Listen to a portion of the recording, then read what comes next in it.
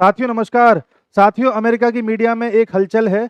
America के the New York times ने एक खबर छापी है कि यूएसए की इंटेलिजेंस को यह पता चला है कि पुतिन यानी कि रशिया एक स्पेस बेस्ड न्यूक्लियर वेपन पर काम कर रहा है। यानी कि ये लोग इस तरह के न्यूक्लियर वेपन्स बना रहे हैं जिन्हें स्पेस में एस्टेब्लिश कर दिया जाएगा और ये जब चाहें तब अमेरिका की सैटेलाइट को नष्ट कर सकते हैं स्पेस में ही। आप बात समझ रहे हैं? यहां से कुछ नहीं करना, पृथ्वी से स्पेस में ही एक गन या कोई इनका ऑब्जेक्ट या कोई भी चीज स्टेब्लिश कर दी जाएगी। इन्होंने जब ये सोच लिया कि अमेरिका की ये वाली सैटेलाइट को नष्ट करना है, कर दिया। इस वाले को करना है, कर दिया। ये ऐसी टेक्नोलॉजी होगी जो अमेरिका के पास भी नहीं है। अमेरिका इस बात से बहुत चिंतित है। अगर रशिया ने ऐसा कर दिया तो अमेरिका बिल्कुल घुटनों पर आ जाएगा, बिल्कुल बर्बाद हो जाएगा अमेरिका। क्योंकि रशिया किसी भी वक्त अमेरिका की कोई भी सैटेलाइट को फेल कर सकता है, उसे उड़ा सकता है। आप कहेंगे कि साहब अमेरिका के पास ये टेक्नोलॉजी नहीं है। नहीं है बिल्कुल भी। अमेरिका ने ऐसा कहा था कि हम ऐसी टेक्नोलॉजी बनाएंगे, इस पर काम करेंगे, लेकिन अमेरिका ने ऐसा कुछ किया नहीं। ये बात है करीब करीब जब कोल्ड वॉर चल रहा था, तो कोल्ड वॉर के टाइम पर अमेरिका ने रशिया को, या उस समय यूएसएसआर था, यूएसएसआर को धमकी दी थी कि हम इस तरीके का स्पेस वॉर भी आपसे कर सकते हैं, क्योंकि आप आए दिन किसी न किसी देश में अपनी दखलंदाजी दे रहे हैं। हम आपको किसी वक्त इस मामले में पछाड़ सकते हैं। रशिया ने कहा ठीक है, कोई बात नहीं। रशिया चुपचाप उस बात को पी करके बैठ गया।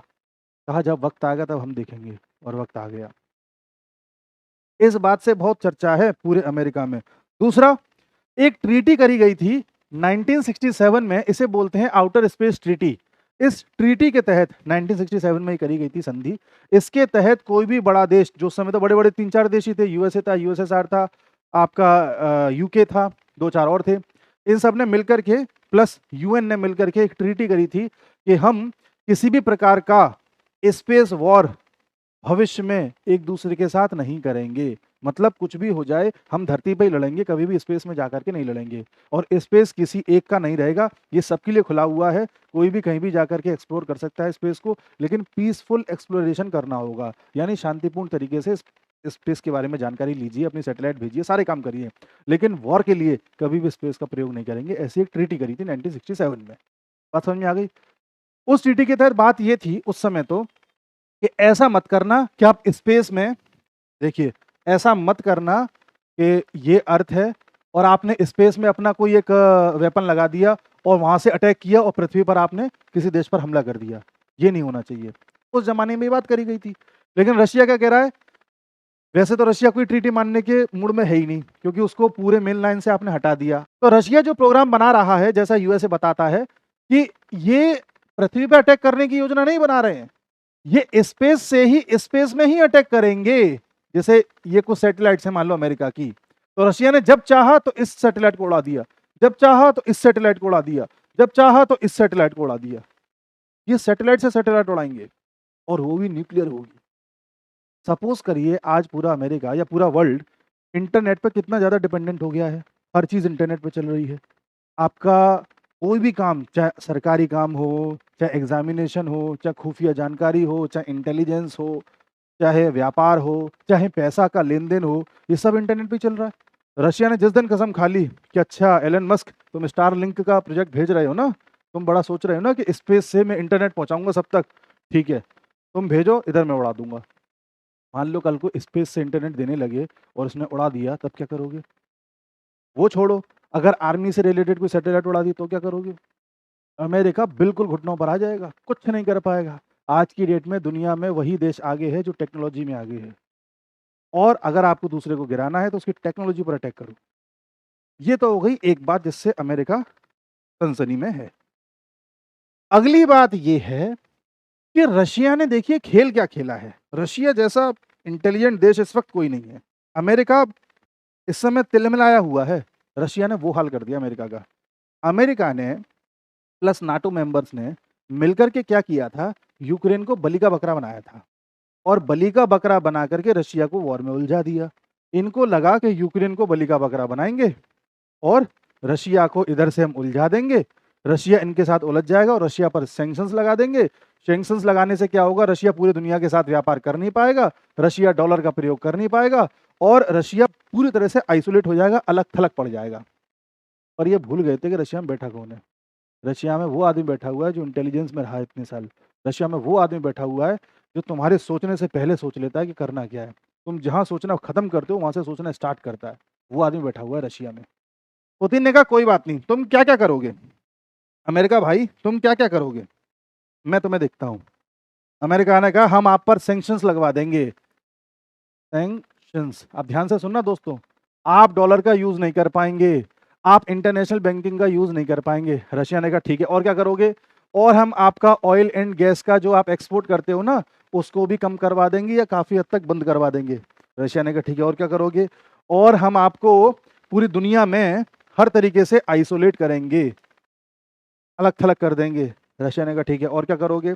और देखिए दुनिया में जितने भी लॉज हैं या जितनी भी चीज़ें जिसके जरिए आपको बेनिफिट हो सकता है, उस सब चीज़ों से आपको अलग कर देंगे। प्लस अपनी जितनी भी कंपनियां आपके यहाँ पर हैं, जैसे मैकडोनल्ड हो गई, और आपका कोई कपड़े का हो गया है ना, जो भी है कपड़े की अलग अलग ब्रांड्स आती हैं, लेवाइस हो गई वगैरह वगैरह, उन सबको हम वहाँ से बाहर बुला लेंगे।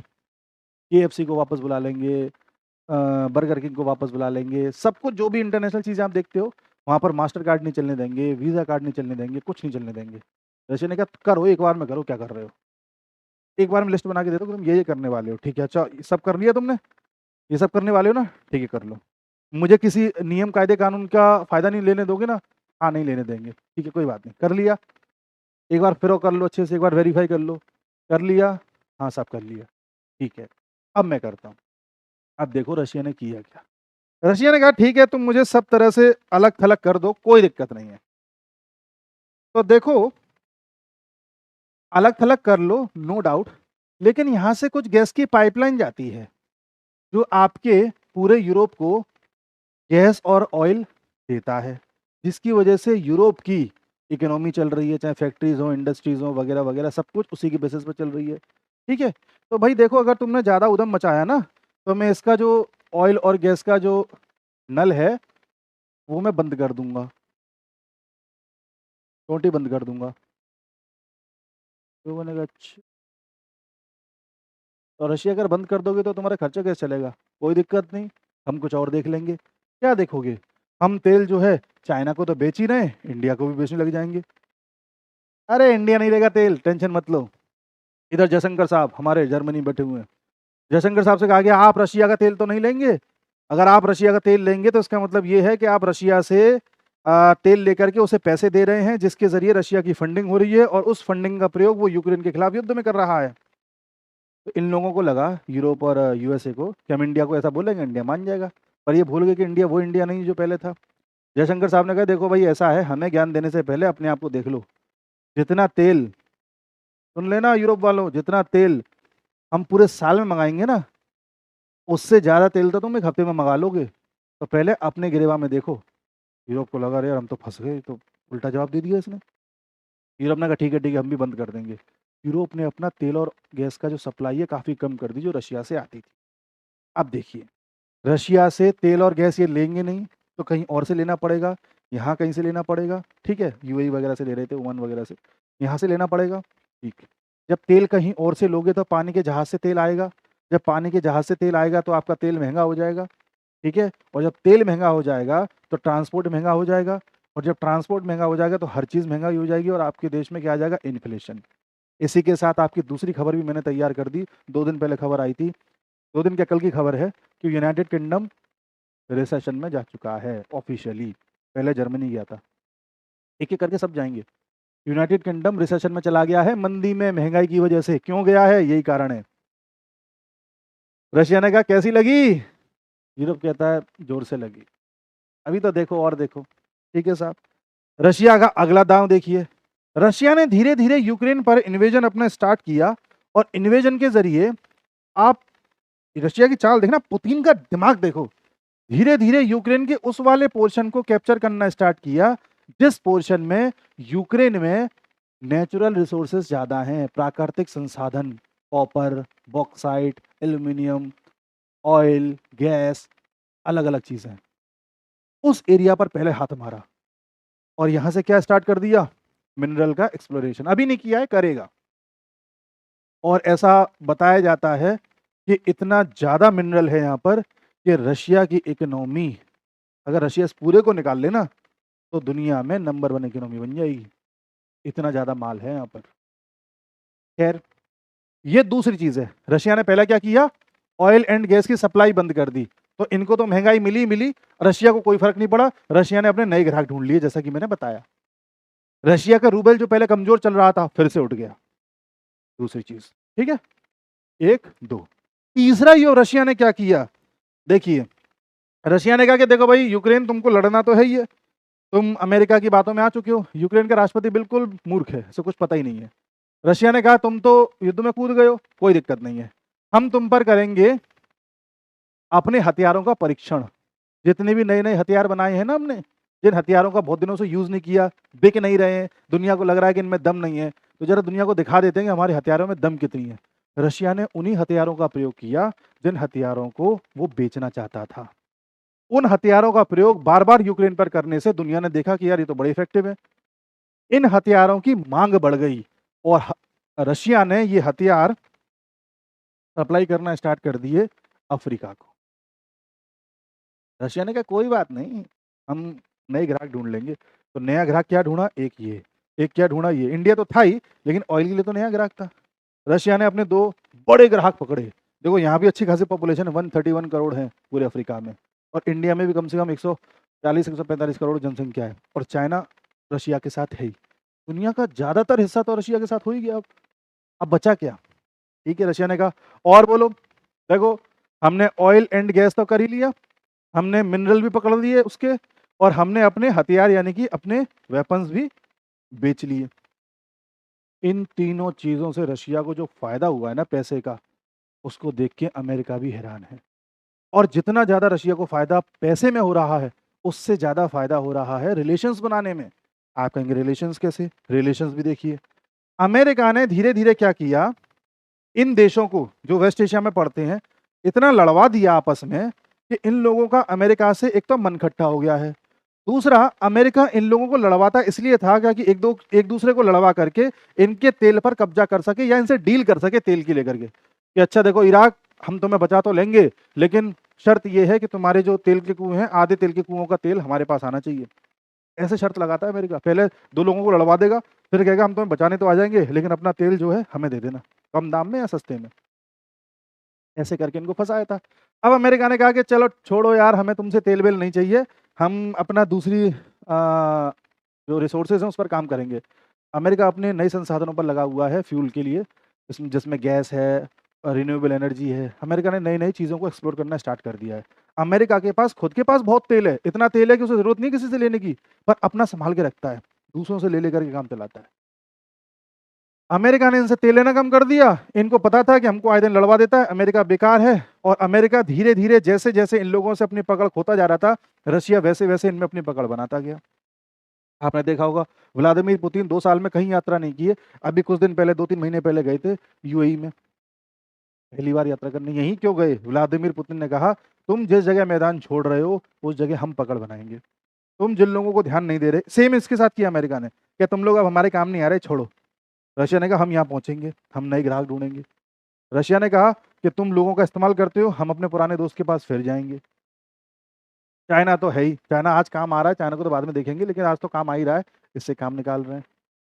देखो जब भी समस्या में फंस जाओ ना, always think of your positives. आपकी स्ट्रेंथ क्या है, स्ट्रेंथ पर काम करो। रशिया को पता था उसकी स्ट्रेंथ क्या है, उसने स्ट्रेंथ पर काम किया। इसी क्रम में रशिया की एक स्ट्रेंथ और थी, वो थी research and development. Russia research के मामले में बहुत आगे है। आपने देखा होगा जब कोरोना की वैक्सीन की बात आई थी, तो जो स्पुतनिक थी वो वैक्सीन भी रशिया ने ही बना के दी थी सबसे पहले। और रशिया ने एक ऐलान और किया, अभी व्लादिमीर पुतिन ने, कल की ही बात है, कि हम एक वैक्सीन बना रहे हैं जो कि कैंसर के प्रति संवेदनशील होगी, यानी कि कैंसर नहीं होने देगी कभी भी। ऐसी वैक्सीन बना रहा है रशिया, और हो सकता है बना करके ले भी जाए। प्लस न्यूक्लियर वाली मैंने आपको बताई थी कि स्पेस में न्यूक्लियर वेपन ये भेज रहे हैं, उस पर काम चल रहा है, ऐसा अमेरिका की इंटेलिजेंस कह रही है। जिस पर अमेरिका ने कभी काम नहीं किया उस पर रशिया काम कर, अमेरिका को तोड़ देगा रशिया। व्लादिमीर पुतिन को जानते नहीं है। तो हमें व्लादिमीर पुतिन से क्या सीखना है कि जब भी संकट आ जाए, दुनिया में आपको कितना भी अलग थलग कर दिया जाए, कितने भी आप बिल्कुल गरीबी में चले जाओ, रशिया बिल्कुल गरीबी में चला गया था। उसके यहाँ से सारी कंपनी बाहर चली गई, उसके यहाँ से सारे जितने भी फॉरेन इन्वेस्टमेंट थे बाहर चले गए, उसको जो है मेन सिस्टम से बाहर कर दिया गया, स्विफ्ट से बाहर कर दिया गया, डॉलर उसके यहाँ काम नहीं कर रहा। इससे ज़्यादा बुरी स्थिति क्या होगी किसी देश की? पुतिन ने वहां से देश को उठाया है और वो स्थिति खड़ी कर दी है, अगर अपनी पे आ जाए वो, तो दुनिया की नंबर 1 इकोनॉमी भी बन सकता है रशिया। यूक्रेन का जो कब्जा उसने किया हुआ है वहां पर, जिस एरिया में। This is life, this is how we should proceed in life. कोई कितना भी बुरा करे आपके साथ, पेपर में फेल हो रहे हैं, कोई पेपर नहीं निकल रहा है, घर वाले भी उल्टा सीधा कहते रहते हैं, घर वालों ने पैसा देना बंद कर दिया है, कह दिया है अपने ऊपर अपने अपना खर्चा खुद निकालो, सारी चीजें ठीक है हम करेंगे, फिर निकल के ऐसे आओ कि तुमसे ऊपर कोई ना निकले, तो जिंदगी है, वरना कुछ नहीं रखा जिंदगी में। दुनिया का सबसे बड़ा देश एरिया वाइज, उसका एकमात्र इंसान व्लादिमीर पुतिन। अच्छा, उसके खिलाफ तो उसकी आर्मी भी हो गई थी, वेगनार ग्रुप याद करिए, प्रेगोजिन, उसकी आर्मी उसके खिलाफ हो गई, उसके यहाँ के देश हो सकता है उसके देश के लोग उसके खिलाफ हो गए थे, हर तरफ से नेगेटिव नेगेटिव सुन रहा था वो आदमी। लेकिन व्लादिमीर पुतिन को खुद पे कितना विश्वास है कि मैं कर लूंगा, कर लिया। अभी तो इंटेलिजेंस अमेरिका की है ये, उम्मीद है सही ही होगी। अगर ऐसा कर दिया, देखिए कितनी बड़ी चीज हो जाएगी। आगे अपडेट्स में हम अगला वीडियो बनाएंगे, तब तक के लिए नमस्कार।